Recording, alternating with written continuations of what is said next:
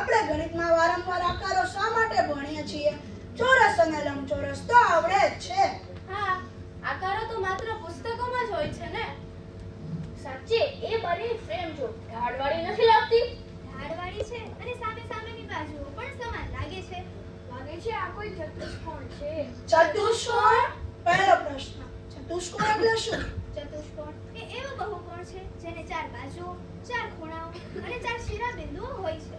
તો ચોરસ, લંબચોરસ, સમબાજુ ચતુષ્કોણ, સમાંતર બાજુ ચતુષ્કોણ, આ બધા ચતુષ્કોણ? હા બિલકુલ, પણ આજે આપણે સમાંતર બાજુ ચતુષ્કોણ અને સમબાજુ ચતુષ્કોણ વિશે વાત કરીશું. લાગે છે કે આ આકાર તો પડતો હોય. એ જ તો છે સમાંતર બાજુ ચતુષ્કોણ. શું દરેક સમાંતર બાજુ ચતુષ્કોણ છે? ની ખાસિયતો શું છે? સામે સામેની બાજુ સમાન અને સમાંતર હોય.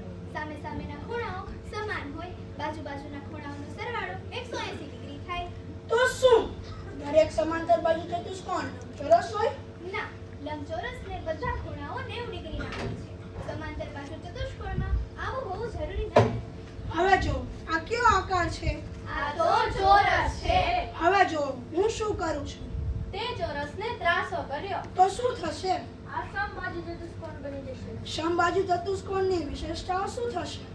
સમબાજુ ચતુષ્કોણની વિશેષતાઓ: ચારેય બાજુઓ સમાન, સામે સામેના ખૂણાઓ સમાન, સામે સામેની બાજુઓ સમાન અને તેને 2 વિકર્ણ હોય છે.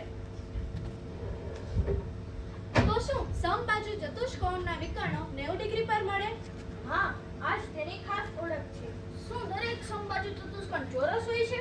ના, ચોરસને બધા ખૂણાઓ 90 ડિગ્રીના હોય છે. સમબાજુ ચતુષ્કોણમાં આવું હોવું જરૂરી નથી. તો આ જીઓમેટ્રી રોજિંદા જીવનમાં ક્યાં જોવા મળે છે? ચાલ જોઈએ.